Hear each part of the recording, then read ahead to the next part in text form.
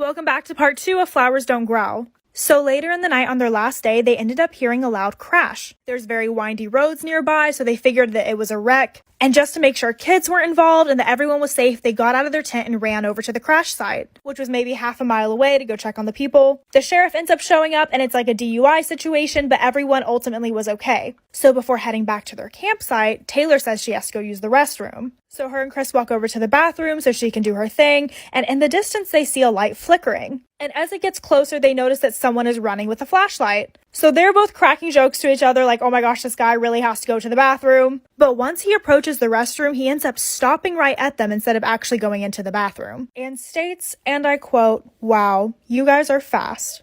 Creepy.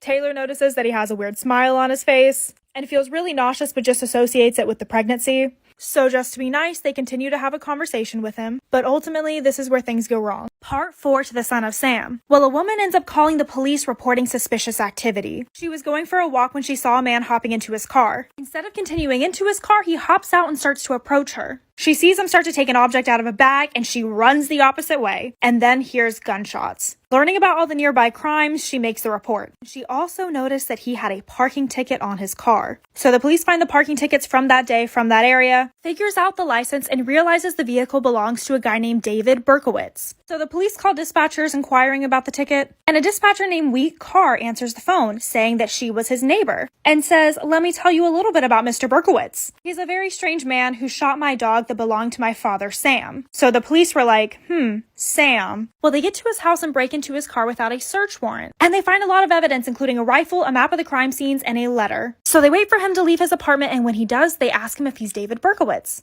And he responds with, "No, I am the son of Sam, and you got me." Part 5 to the son of Sam. So once they found and arrested 𝙤𝙤𝙧𝙚, they brought him in for questioning. And it only took investigators 30 minutes to get him to admit to everything. And his reasoning behind the killings was because of a 6,000-year-old demon dog who was speaking to him through the dog of his neighbor. He was the one calling the shots and demanding him to kill. And one particular investigator that was very obsessed with this case, named Maury Terry, was wondering why he didn't match any of the sketches. It's normal for eyewitnesses to be wrong to some degree, but you wouldn't describe 𝙤𝙤𝙧𝙚 as being 6 foot and blonde. There was also some worry if the evidence would even hold up in court, because they got it without a search warrant. But in court, David admitted to everything, so they didn't even need evidence. He was sentenced 25 years to life for each murder. So case closed, right?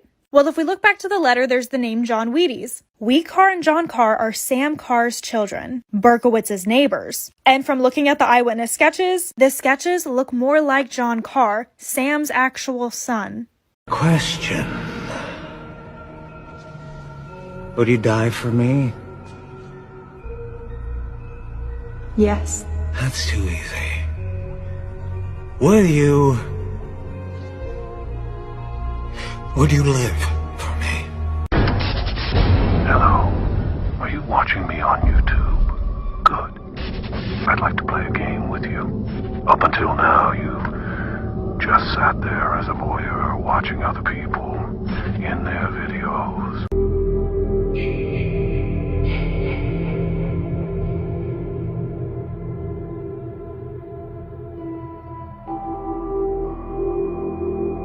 Hiya, Georgie. What a nice boat. Do you want it back? You look like a nice boy. Do you want a balloon too, Georgie?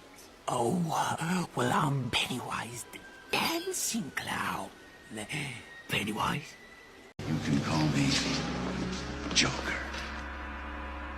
And as you can see, I'm a lot happier. How about another joke, Murray? No, I think we've had enough of your jokes. What do you get I don't think so. when you cross a mentally ill loner with a society that abandons him? I don't want to kill you. What would I do without you? Go back to ripping off mob dealers? No. You complete me. Careful. Do not say this oath thoughtlessly. Desire becomes surrender, surrender becomes power. A scrub like you who don't know what a man's about. Can't pay my bills, can't pay my telephone bills, can't pay my automobile. Do you know the story behind your zodiac sign? Today we're going to talk about the story behind Libra, which is one of the wildest stories I've read. Once there was a man named Tiresias who found two serpents tangled together, and when the serpents attack him, he unalives the female serpent. As a result, this turned him into a woman. So Tiresias lived as a woman until 7 years later when Tiresias found two serpents again, and this time unalives the male. This turns him back into a man, but things aren't so simple. Meanwhile, Zeus is arguing with his wife Hera about who experiences more pleasure, men or women, and they get Tiresias to tell them. Tiresias tries to be diplomatic, but eventually says that in his opinion, women experience more pleasure. This pisses Zeus off, so he blinds Tiresias. But the thing is, this actually gives Tiresias inner sight, and that makes him a blind prophet. Some might think that this myth represents the scales in Libra as opposites, but it's really about cooperation. This myth isn't really about who's better or worse. In a more literal way, it shows that we all have masculinity and femininity within us. You get to choose what feels comfortable to you, and you get to choose your own balance. But which zodiac sign should I talk about next? Follow to see the rest of the series.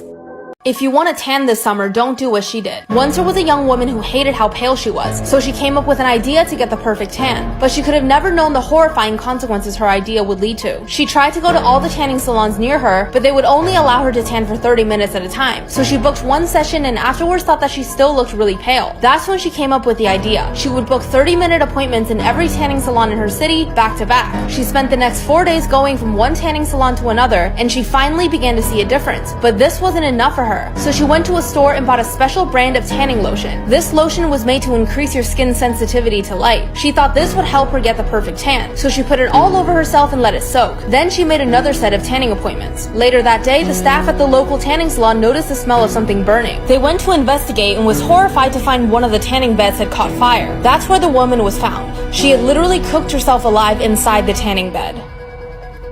This is why you should never look through someone else's things. Once there was a girl named Ryoko who had a really weird roommate in college, but when she tried to look through her things, she found something that terrified her. Ryoko's roommate was named Yuki, and Yuki was someone who always kept to herself. She didn't speak much and she rarely left the room. But after living with her for a while, Ryoko realized that Yuki would always sneak out in the middle of the night and not come back for a really long time. This made Ryoko really curious and maybe just a little bit suspicious. So one day Ryoko decided to follow her. She pretended to be asleep and waited until Yuki left. Then Ryoko waited a few more minutes and followed Yuki, always staying in the shadows to not be noticed. After about 30 minutes, they ended up at the cemetery. Ryoko watched as Yuki leaned over a grave, embracing it and laughing hysterically. This scared Ryoko so much that she ran away terrified. She came home, went to bed, and waited for Yuki to come back. But the next morning, things became even more strange. Ryoko woke up and heard that last night something unbelievable happened to her roommate. Something that no one can explain. Follow for part 2. Do you know the story behind your zodiac sign? Here's one of the weirdest zodiac sign stories out there. This is the origin story of Capricorn. The story begins when Mother Earth had some serious beef with the gods, enough that she sent a fire-breathing monster named Typhon to fight them. And this is where the forest god Pan comes in. He had legs and horns of a goat. He told Zeus and the other gods to disguise themselves as animals in order to avoid Typhon. And while the other gods were disguised, Typhon approached Pan and was about to attack. So Pan panicked and jumped into the river Nile. Because of this, the lower half of his body, which was underwater, transformed into a fish, while the upper half stayed a goat. So that's why we have this sea goat creature to represent Capricorn, but that's not all. Zeus ended up battling Typhon and had the muscles in his hands pulled out. Pan healed him, which allowed Zeus to defeat Typhon in the end. Because of this, Zeus immortalized the image of Pan in the sky as the constellation of Capricorn. But which zodiac sign should I talk about next? Follow to see the rest of the series.